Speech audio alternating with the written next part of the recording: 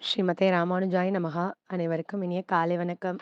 இன்னைக்கு நம்ம மகாபாரதத்தினுடைய 7வது நாள்ல இருக்கோம்.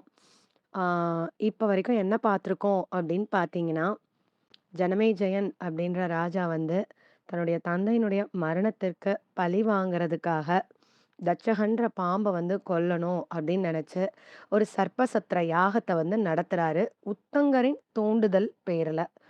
அப்போ காத்துட்டு இருக்காங்க எல்லாரும். தட்சகன் உள்ள விழணும். ஆனா தட்சகன் வரல. என்ன காரணம் அப்படின்னு தெரிஞ்சுக்கிட்டப்ப பார்த்தா, இந்திரன் கிட்ட சரணாகதி அடைஞ்சிருக்காரு அப்படின்னு தெரியுது. அப்போ இந்திரனும் சேர்ந்து உள்ள விழறதுக்கு மந்திரத்த சொல்றாரு ராஜா. உடனே ரிஷிகளும் அவ்வாறே செய்ய, அங்கருந்து இந்திரலோகத்துல இருந்து இந்திரன், தட்சகன், அவனுடைய அரியாசனம் 3மே சேர்ந்து அப்படியே பறந்து வந்துட்டு இருக்காங்க. இந்த யாக குண்டத்துக்குள்ள விழறதுக்காக. அப்ப ஆஸ்திகர்ன்ற முனிவர் உள்ள வராரு. ராஜா கிட்ட ஒரு வரம் கேட்டு, அந்த வரத்தின் பேர்ல அந்த விழப்போற அந்த தட்சகன தடுத்து நிப்பாட்டிர்றாரு. யாகத்தையும் நிப்பாட்டிர்றாரு. உள்ள விழப்போற அந்த பாம்பையும் தடுத்து நிப்பாட்டிர்றாரு. அப்ப பார்த்தீங்கன்னா, நேத்திக்கு நம்ம முடிச்சிருந்தது அதான். இந்த ஆஸ்திகர் யாரு? அவர் எதுக்காக பாம்புகளுக்கு உதவி செய்யணும்? அப்படின்ற விஷயத்தையும் பார்க்கணும் அப்படின்னு பார்த்திருந்தோம். இன்னொரு விஷயமும் பார்க்கணும்னு பார்த்திருந்தோம். என்னன்னு பார்த்தீங்கன்னா, இந்த பாம்புகளுக்கு வேற எதுவும் சாபம் எதுவும் இருக்கா? இப்படி கொத்து கொத்தா யாக குண்டத்துல விழறதே அப்படின்னு பார்த்தா, ஆமா. அதுகளுக்கும் சாபம் இருக்கு. மொத்தமா அவங்க கூட்டத்தோட அழியணும் அப்படின்னு சொல்லி அப்படின்றத பார்த்தோம். அது யார் சாபம் கொடுத்தாங்க? அப்படின்றத பார்க்கணுன்றதோட நம்ம நிறுத்தியிருக்கோம். இப்ப இன்னைக்கு நம்ம கதைய தொடரலாம். இப்போ இன்னைக்கு நம்ம என்ன பார்க்கணும்னு பார்த்தீங்கன்னா, 2 கதை நம்ம பார்க்கணும். என்னன்னா, ஆஸ்திகர் யாரு? அவர் எதுக்காக நிப்பாட்னாரு?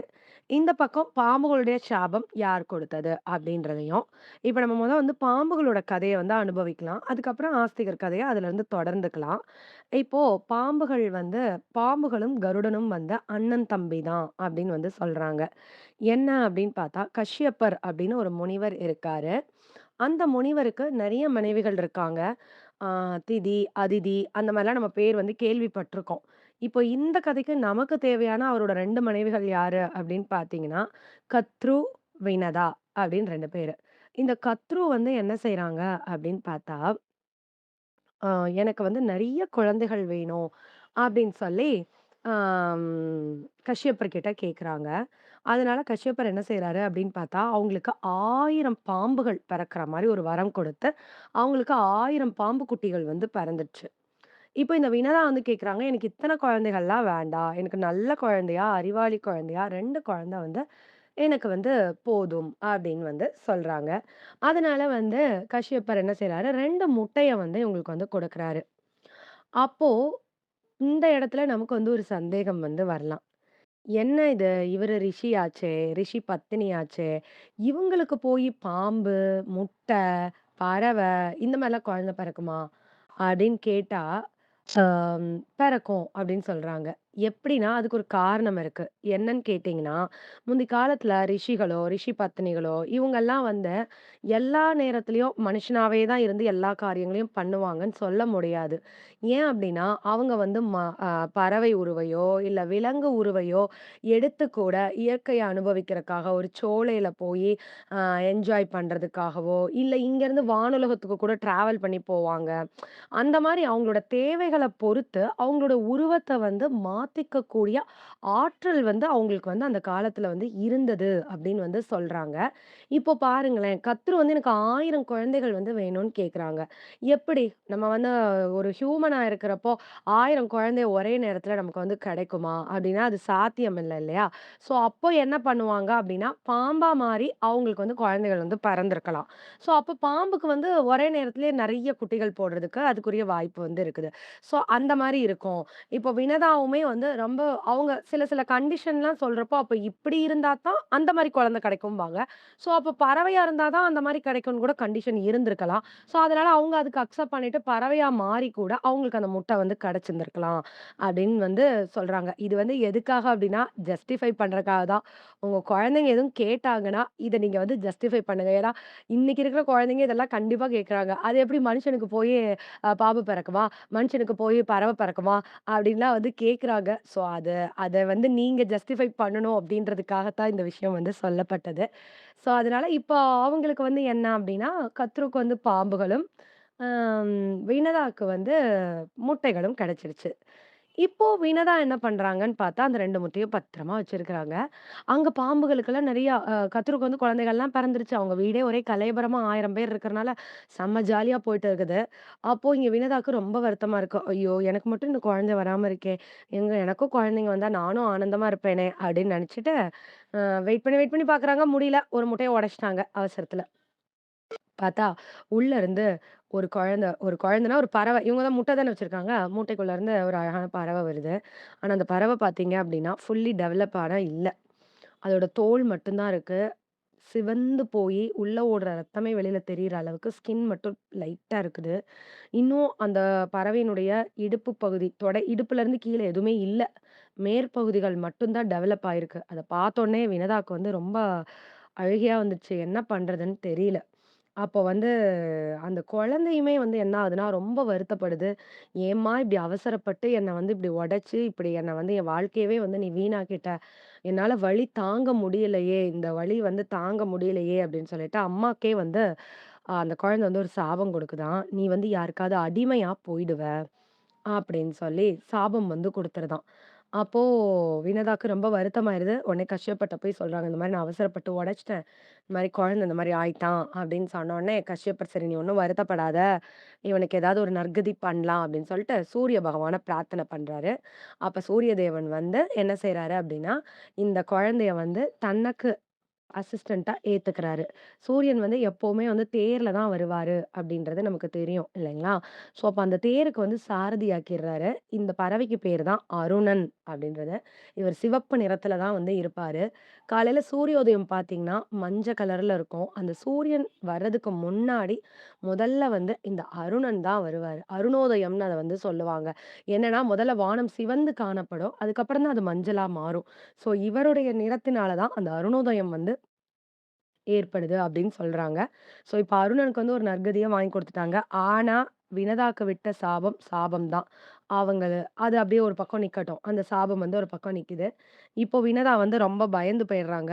என்ன செய்றாங்க அப்படின்னு பார்த்தீங்கன்னா, அந்த இன்னொரு முட்டை கையில இருக்கு இல்லையா? அத உடைக்கவே மாட்டேங்கிறாங்க. ரொம்ப பத்திரமா வச்சுக்கிறாங்க. பார்த்தா கொஞ்ச நாள் கழிச்சு அழகா அந்த முட்டை வெடிச்சு, உள்ள இருந்து அழகான ஒரு கருட குஞ்சு வந்து வருது. அது தங்க நிறத்துல அதோட ரெக்கைகள்லாம் ஜொலின்னு ஜொலிக்குதாம்மா! அவ்ளோ அழகா வந்திருக்குது. இப்போ இந்த வினதாவும், கத்ருவும் சேர்ந்து என்ன செய்றாங்க, ஆத்துக்கு போறாங்க தண்ணி எடுக்கறக்காக.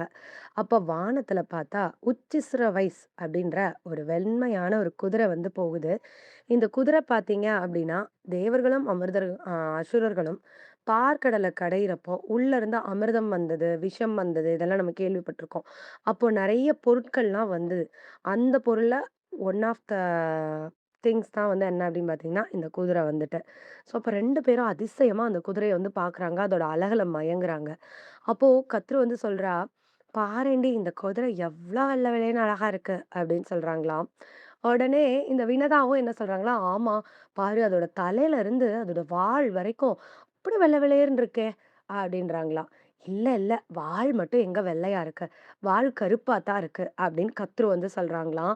அதுக்கு வினதா சொல்றாங்களாம், "இல்ல வாலும் வெள்ளையா தான் இருக்கு." இவங்க இப்படி ஆர்க்யூ பண்றதுக்குள்ள என்ன ஆயிடுச்சு, அந்த குதிரை அங்கருந்தே போயிடுச்சு. ஸோ, அதனால இவங்க 2 பேத்துக்கும் கன்ஃபார்ம் பண்ண முடியல. அந்த வால் வந்து வெள்ளையா இருந்துச்சா, இல்ல கருப்பா இருந்துச்சா அப்படின்னு சொல்லிட்டு.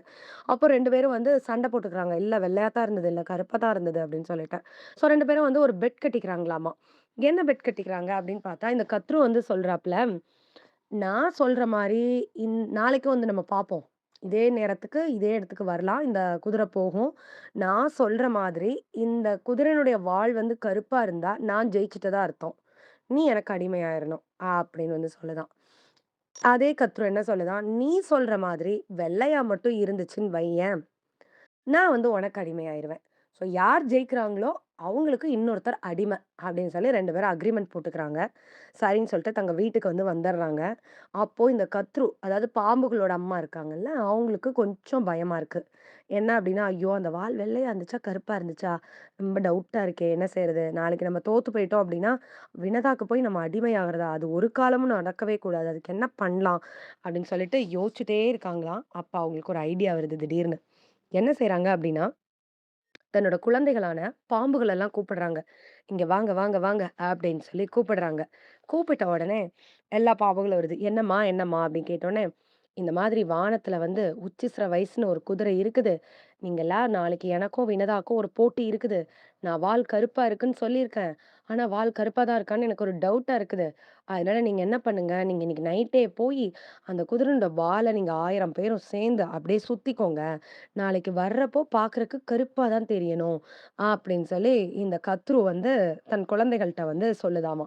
அப்ப அந்த குழந்தைகள்லாம் வந்து சொல்லுதாம், "அம்மா அது ரொம்ப தப்பாச்சே! இந்த மாரிலாம் ஃப்ராட் பண்ணலாமா? சீட் பண்ணலாமா?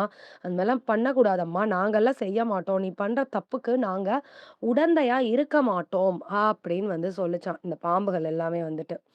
உடனே இந்த கத்ருக்கு பயங்கர கோவம் வந்துருச்சாம். "அம்மா நான் சொல்றேன். நீங்க நான் சொல்ற பேச்ச கேட்க மாட்டேங்கிறீங்க. அதனால நான் இப்போ உங்களுக்கு ஒரு சாபம் குடுக்குறேன். நீங்க ஒருத்தர் கூட உயிரோட இருக்க மாட்டீங்க. எல்லாரும் கூண்டோட அழிஞ்சு போவீங்க." அப்படின்னு சொல்லி இந்த கத்ருவே வந்து தன் குழந்தைகளுக்கு வந்து சாபம் குடுத்துச்சாம். இதுதான் அந்த சாபம். அந்த பாம்புகளுக்கு ஒரு சாபம் ஏற்கனவே இருக்கு. அது யார் குடுத்தாங்கன்னு நம்ம பார்க்கணும்னு பார்த்தோம் இல்லையா? ஸோ அந்த பாம்புகளுக்கு இப்படி அழிஞ்சு போவீங்கன்னு சாபத்த குடுத்ததே வந்து யாருன்னு பார்த்தா, அந்த பாம்புகளோட அம்மா தான் குடுத்துருக்காங்க. சரி, அப்ப நமக்கு விடை கிடைச்சிருச்சே கேள்விக்கு. அப்ப நம்ம அடுத்த கேள்விக்கு போயிரலாமா? அப்படின்னு பார்த்தீங்கன்னா, அதுதான் இல்ல. ஏன்னு கேட்டீங்கன்னா, வியாசர் வந்து இந்த பாம்போட கதையே இன்னும் இன்னும் மிச்ச கதை இருக்குது. அத ஃபுல்லா டிராவல் பண்ணி எடுத்து, கருட கதையெல்லாம் டிராவல் பண்ணி எடுத்து, பாற்கடல கடைஞ்ச இதெல்லாம் டிராவல் பண்ணி, வியாசர் வந்து ஒண்ணொண்ணா நிறுத்தி, நிறுத்தி, நிறுத்தி, நிறுத்தி தான் போயிருக்கிறாரு.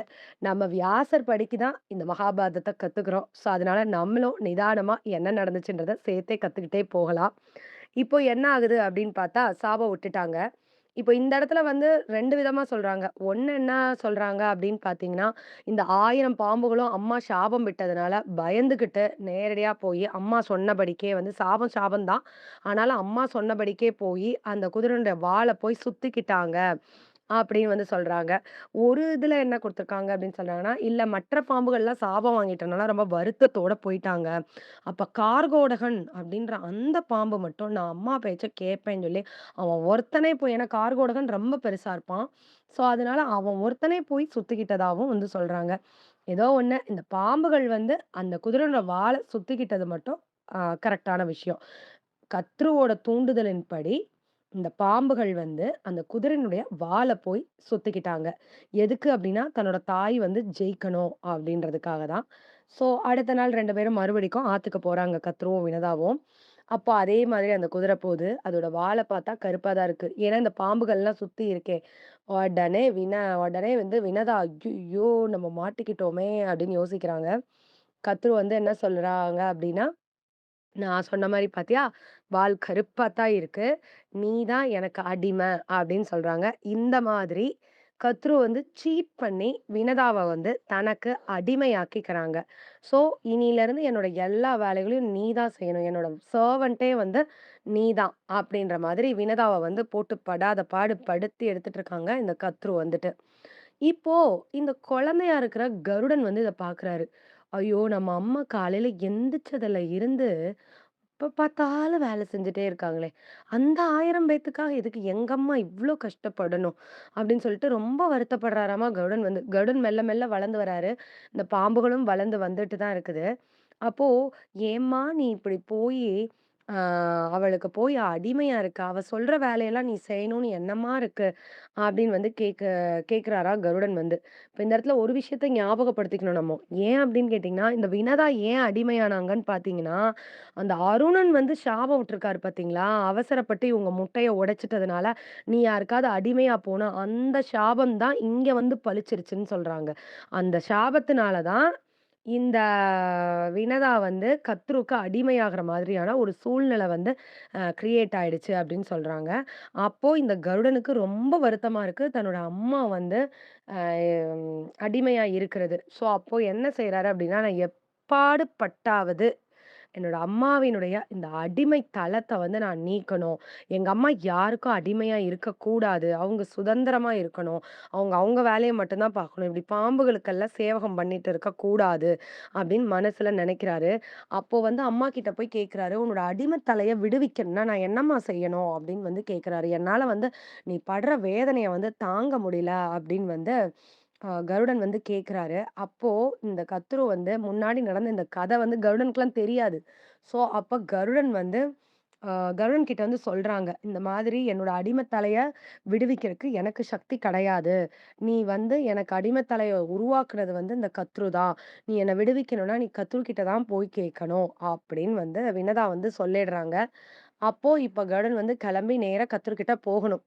இப்போ நம்ம இதோட நம்ம கதைய வந்து நிறுத்திக்கலாம். இன்னும் நம்ம என்னென்ன பார்க்கணும். என்ன பார்த்துருக்கோம் பார்த்தீங்கன்னா, பாம்புகளுடைய அம்மாவும், கருடனுடைய அம்மாவும் வந்து ஒரு பெட் கட்டி, அதுல வந்து சீட் பண்ணி பாம்புகளோட அம்மாவான கத்ரு வந்து ஜெயிச்சறதுனால, கருடனோட அம்மா வந்து அடிமையாயிடுறாங்க. அப்ப அடிமைத்தனத்த விடுவிக்கணும்னு கருடன் வந்து நெனைக்கிறாரு. அப்ப அம்மா கிட்ட ஐடியா கேட்டோனே, "நீ வந்து பாம்புகள்ட்ட தான் கேட்கணும்" அப்படின்னு சொல்றாங்க. இப்ப நம்ம கருடன் என்ன பண்ணாரு? பாம்புட்ட போய் கேட்டாரா? அந்த அடிமைத்தலைய விலக்குறதுக்கு என்ன செய்யணும்னு பாம்பு சொல்லுச்சு. அது சொன்னத கருடனால செய்ய முடிஞ்சுச்சா? அவங்க அம்மா அடிமைத்தனத்துலருந்து விடுபட்டாங்களா? இல்லையா? என்ன நடந்தது? அப்படின்றத பொறுத்திருந்து கேட்போம். பெருமான் திருவடிகளுக்கே பல்லாண்டு கூறி அமைகிறேன். நன்றி. ஸ்ரீமதே ராமானுஜாய நமஹ.